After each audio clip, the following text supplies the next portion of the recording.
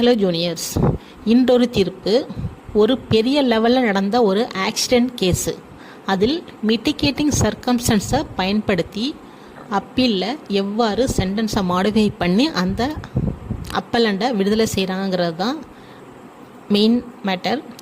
இப்போ ட்ரையல் கோர்ட்டில் என்ன பண்ணுறாங்கன்னா, ஒரு எக்ஸ் சர்வீஸ் மேன் காரை ஓட்டிகிட்டு போய் இன்டர்மீடியனில் மோதி ஆப்போசிட் டைரக்ஷனில் வரக்கூடிய டவேரா கார் மீது விழுந்து அதில் பயணித்த பெண்கள் மற்றும் குழந்தைகள் உட்பட 9 பேர் இறந்து போகிறாங்க.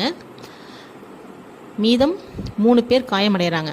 இந்த வழக்கில் ட்ரையல் கோர்ட்டில் என்ன பண்ணுறாங்கன்னா, ஒவ்வொரு ப்ரொவிஷனுக்கும் ஒவ்வொன்றும் 9 கவுண்டு இன்சூடு 3 கவுண்டு, ஒவ்வொரு ப்ரொவிஷனுக்கும் ஈச் 2 இயர்ஸ் கொடுத்து பனிஷ் பண்ணுறாங்க. அதையும் ஒன்றன் பின் ஒன்றாக தான் அனுபவிக்கணும்னு சொல்லிடுறாங்க. இப்போ இதை பேஸ் பண்ணி அப்பீல் என்ன முடிவு பண்ணுறாங்கன்னா, அந்த சூழ்நிலையெல்லாம் பார்க்குறாங்க. அதாவது ரேஸ் அல்லது நெக்லிஜென்ட் ஏதோ ஒன்று இருந்தாலே இந்த செக்ஷன் மேட் அவுட் ஆகும். அதே போல் ஹை ஸ்பீடு மட்டுமே ரேஸ்ன்ற அந்த வரையறுக்குள் வராது. இன்னொன்று பார்த்தீங்கன்னா, ரெஸ் இப்சா லாக்விட்டர் என்ற ஒரு டாக்ட்ரின் வந்து சிவில் கேஸில் தான் அப்ளை ஆகும், கிரிமினல் கேஸில் லிமிட்டடாக தான் பயன்படும். இதெல்லாம் அப்சர்வ் பண்ணிவிட்டு என்ன பண்ணுறாங்கன்னா, ஃபைனலாக மிட்டிகேட்டிங் சர்க்கம்ஸ்டன்ஸை யூஸ் பண்ணி இந்த சென்டென்ஸை மாடிஃபை பண்ணுறாங்க.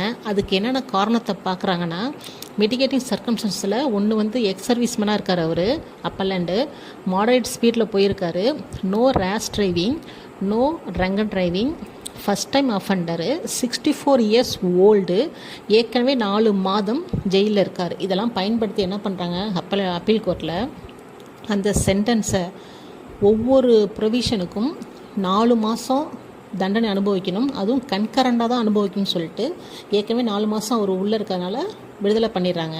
அதே ஆஸ்பெக்டில் அந்த ஒவ்வொருத்தருக்கும் பாதிக்கப்பட்ட ஒவ்வொருத்தருக்கும் இறந்து போனவங்களுக்கு 2 லட்சம், காயம்பட்டவர்களுக்கு மொத்தம் ஒவ்வொருத்தருக்கும் 1 லட்சம் சொல்லி மொத்தம் 21 லட்சத்தை பணத்தை கட்டணும்.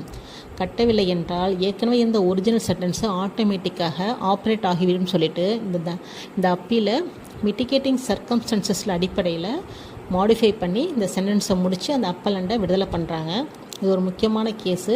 அந்த மிட்டிகேட்டிங் சர்க்கம்ஸ்டன்ஸை எப்படி யூஸ் பண்ணலாம் என்பதை நம்ம இங்கே ட்ரையல் கோர்ட்டில் கொடுக்கறதுக்கு இந்த ஜட்ஜ்மெண்ட்டை பயன்படுத்திக்கலாம். ஒரு தடவை படித்து பார்த்தா உங்களுக்கே புரியும். தேங்க்யூ.